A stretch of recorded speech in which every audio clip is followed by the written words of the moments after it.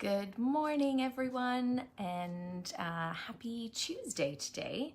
It's a bit rainy here in Toronto and a bit gray, so I thought we would talk about one of the, the world's comfort foods, which is bread. So let's dive into what is the best bread. Is bread an okay thing to actually eat? And how on earth do you navigate that bread aisle and choose something that's actually really, really good for you and a really great carbohydrate? So for those that haven't been on a Facebook Live with me before, my name's Lianne Phillipson. I'm a registered nutritionist and I am the author of Sprout Right, which is just over my shoulder here. So, bread, it's just one of those things that we all absolutely love to have. It's such a comfort food. You know, toast in the morning is really very, is such a thing to have because it's fast. You just throw in the peanut butter, the almond butter, the jam, the whatever, and out the door you go. But is that really the best thing to do? So I want to run down some of the things that you want to look for, maybe with a food sensitivity type situation, and then really help you to become a great label reader and figure out what is the best thing here. So while I don't usually eat bread, and I had this question at a workshop that I did yesterday, do I eat bread? And everyone wanted to know if that's something that I do.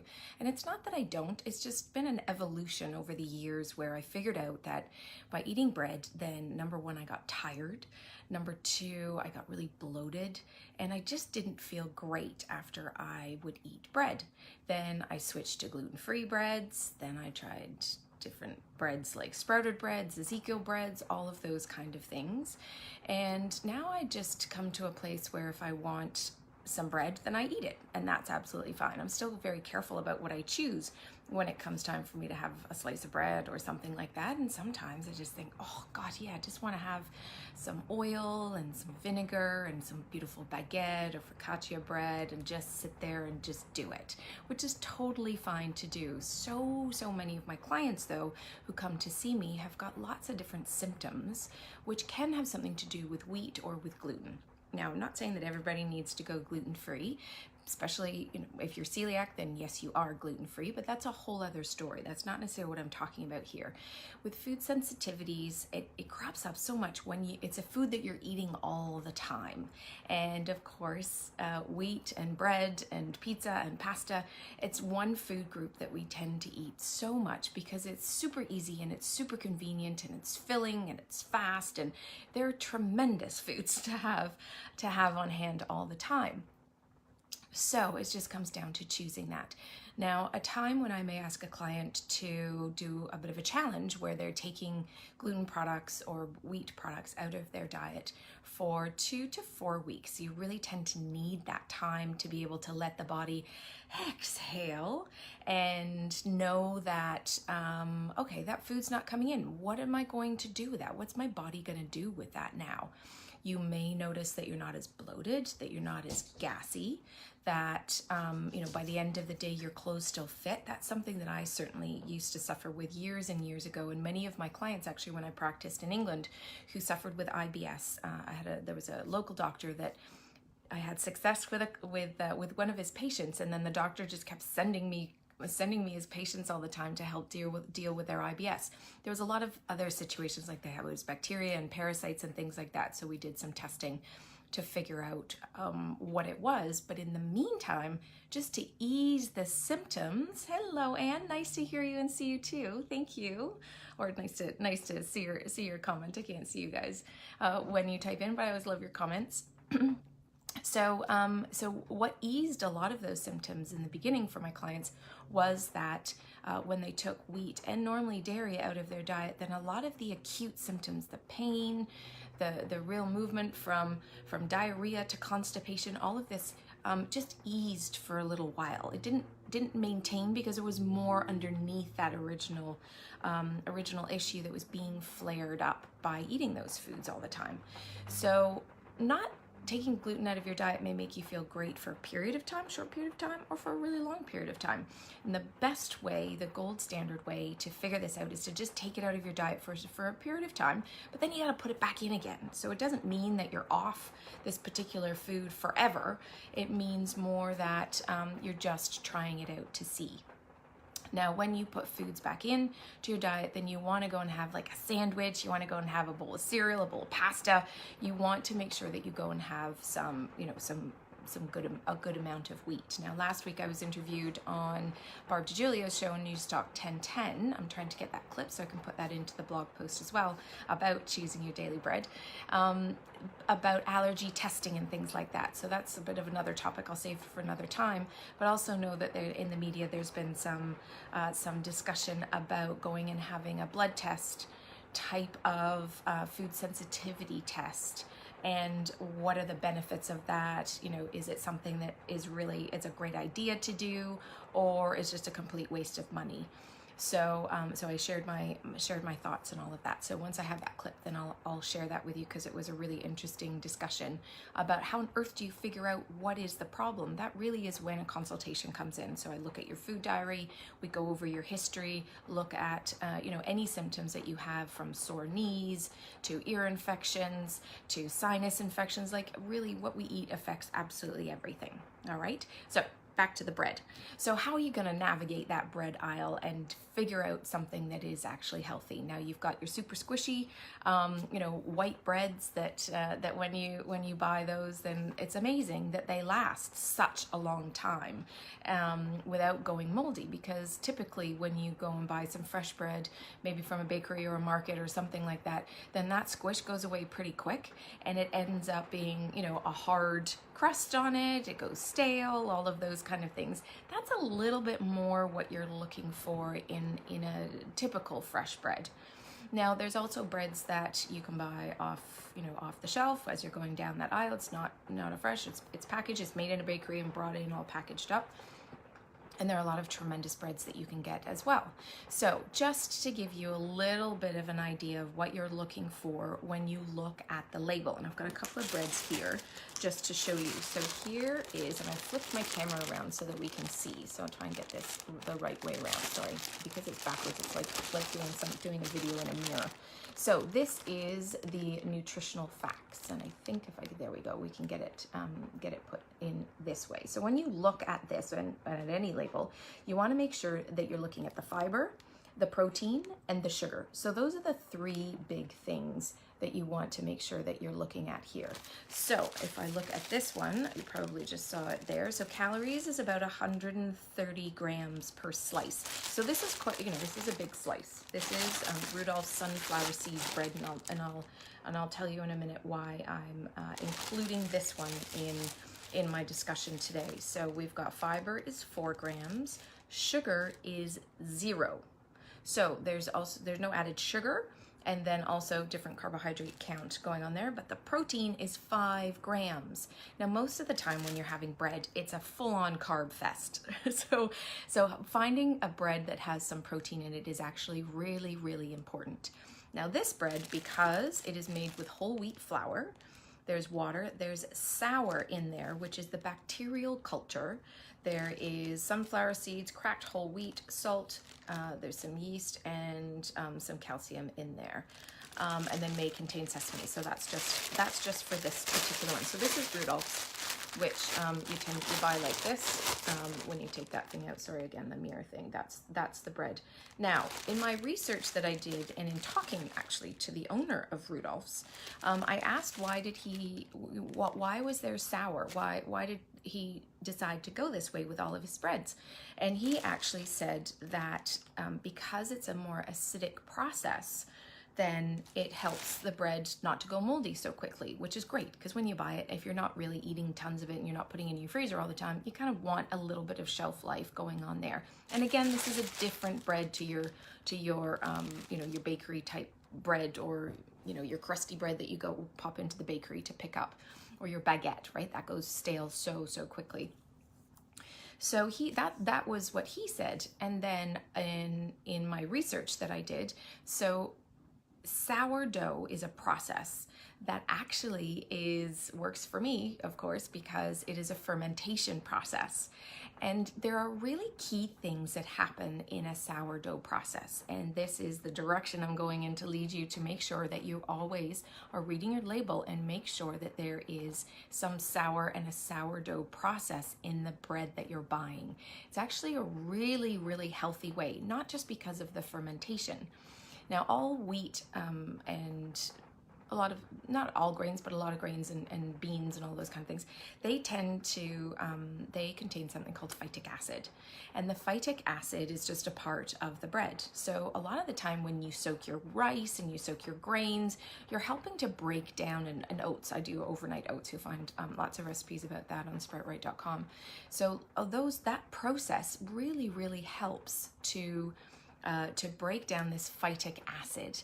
And breaking down that phytic acid does so many things. Number one is it makes it more digestible. So that bloating, that gassiness, all of that feeling that you tend to get when you're eating bread and you love it, but you don't love the side effects and that sort of that feeling that you get afterwards, then the sourdough process really, really helps to lessen that.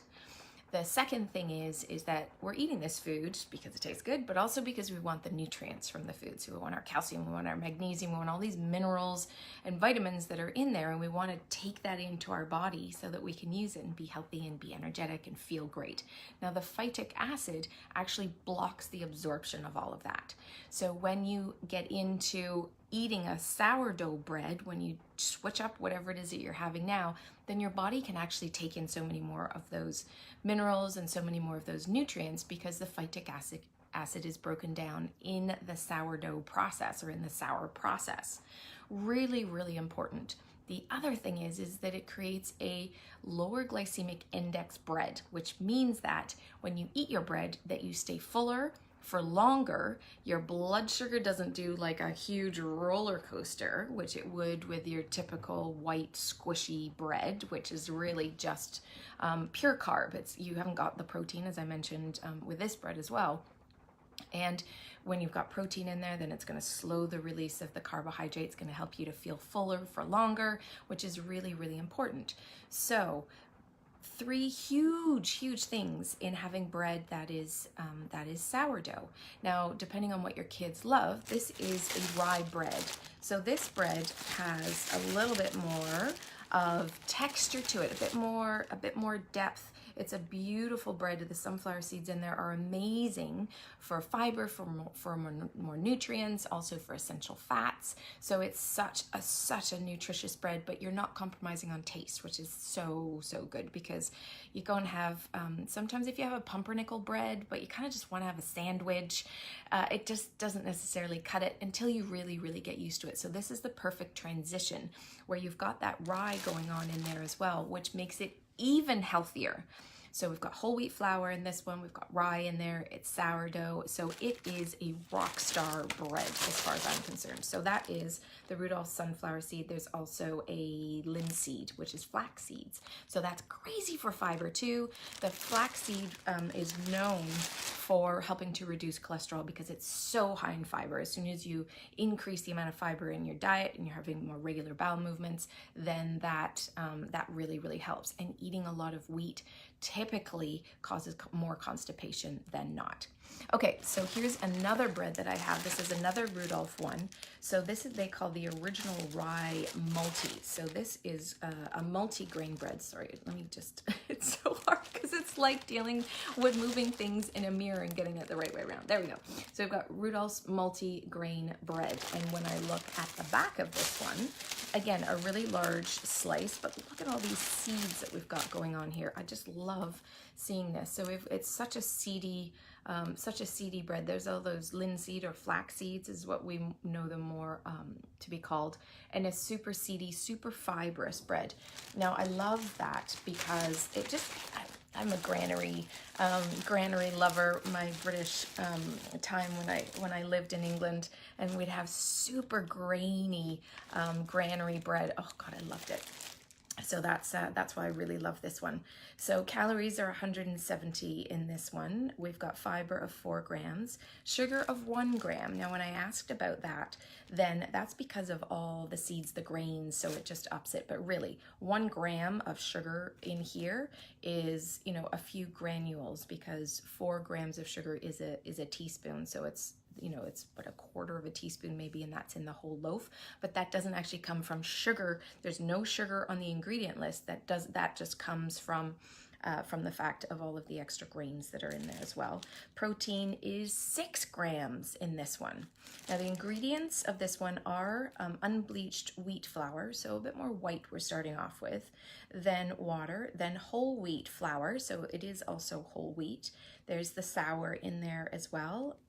We've got cracked whole wheat, which again is where that sugar number comes from. And then also we've got rye seed, whole rye seed, coarse whole rye grain, flaxseed, sunflower seed, rolled oats, sesame seeds, yeast, salt, whey powder, which is again where the protein's coming from, which is actually from milk, calcium propionate, rolled in flax, I don't have my glasses on, sorry guys, rolled in flax, sunflower, and sesame seeds. All of those ingredients are ones that you can read and you know what they are. So another great thing, no triphosphate, long, lengthy words. So get into the habit of really reading your labels. It takes a few times as you go through this to be like, okay, I know what we're very loyal shoppers. We like what we like. So you kind of have to do this once and then you get a bit of an idea. So go to your usual brand that you buy and have a look, and then just because I've talked about Reels is a great one to pick up and compare and see what is the difference. I could not believe the amount of breads that have actual added sugar to them, as for taste, not for any part of the processing, but for taste. Now, one of the Rudolphs, they do actually put honey in it, but that's another bread. These are the two ones that I decided to talk about the most. Although, again, just read the labels of the whole line if you want. There's loads of information online. That's where I was doing a lot of my research for looking into what is your best daily bread. Now, for some people who maybe have a sandwich at lunch and you kind of are really dropping off and wanting to go to sleep in the afternoon, then maybe why don't you try and have more of the bread sort of in the morning, or try at a different time of day, have a salad then, and you know, change all of these things around. Eating bread is not a really bad thing to do, but for some people at certain times, it's just not working for you. So then you give your body a bit of a break, about 2 weeks, 3 weeks, 4 weeks. Then you bring it back in again, and then you try it and you see what comes back. Do your sore knees come back? Does your constipation come back? Does your dry skin, itchy skin come back? Not a normal situation, but it can happen. I've seen a lot of kids and toddlers who, once they did take a lot of the wheat products out and gluten out of their diet, then a lot of their skin cleared up. So as we go into the winter, it's something to at least be thinking about, because it gets drier, it gets more itchy, they're more irritated, and all of those kind of things. So there's some information for you about choosing your daily bread. And just to recap, in case you've just jumped on, looking for a bread that has sour in it, that goes through the sourdough process. Some breads really kind of taste a bit more acidic and a little bit more sour, and other breads don't. So you'll notice a difference as you move on to this. If you're trying to get your kids to have something different, then just do it. Just buy it and say, this is the bread. If you want some toast, or you want some, you want some bread, then this is what we're going to try now, and see what happens. So it's always lovely to have a super tasty bread as well. I do love the multi-grain with all the seeds, if that's not your thing and you need more of just a straight up bread. My younger daughter is not into all the seeds, but she did actually really love the sunflower seed one, because she loves sunflower seeds. So you never know what your family is going to gravitate towards and really, really love. So let me see if I've got anything else. So I've just put in here that sourdough is a prebiotic, and helps to support the gut microbiome. So that if you've seen me speak or heard me speak before, you know that the gut microbiome and the health of the gut and all of the bacteria in there, the more good guys we have in there, definitely the healthier that we are, then that's huge. So this is a prebiotic feeding the good bacteria to proliferate and make more is also a super healthy bread. So thanks so much for being with me this morning. And if you have any questions and you're watching this video after the fact, feel free to type them in below. It'll pop up on my phone or on my laptop, and I'll be happy to direct you in the right direction. I did actually have, after I spoke about this on radio with Jerry Agar on News Talk 1010, I had somebody email me and say, I've looked at all the health food stores for the Rudolph bread. Rudolph's is actually found in most supermarkets or Costco, so it's not a difficult one to find. So it just happens to be one that I've tried, and I actually really like it. So I thought I'm going to start here and just delve into it a little bit more, and was really pleasantly surprised. So go forth, enjoy your bread, and let me know what happens if you decide that you're going to take bread out and put it back in again, and see if it's something that you can navigate with. Of course, there's gluten-free breads and all of that kind of stuff out there. They're not all great. They're all created different, and everybody likes different ones. So that's definitely a topic for another time. All right, so if you're in Toronto or in and around here and dealing with the rain and the kind of fall-ish weather, it is beautiful with all the leaves that have changed. So enjoy your day no matter where you happen to be, and thank you so much for watching. Do chime in with all of your comments as well, and we'll get you eating your daily bread super healthy. All right, take good care. Bye.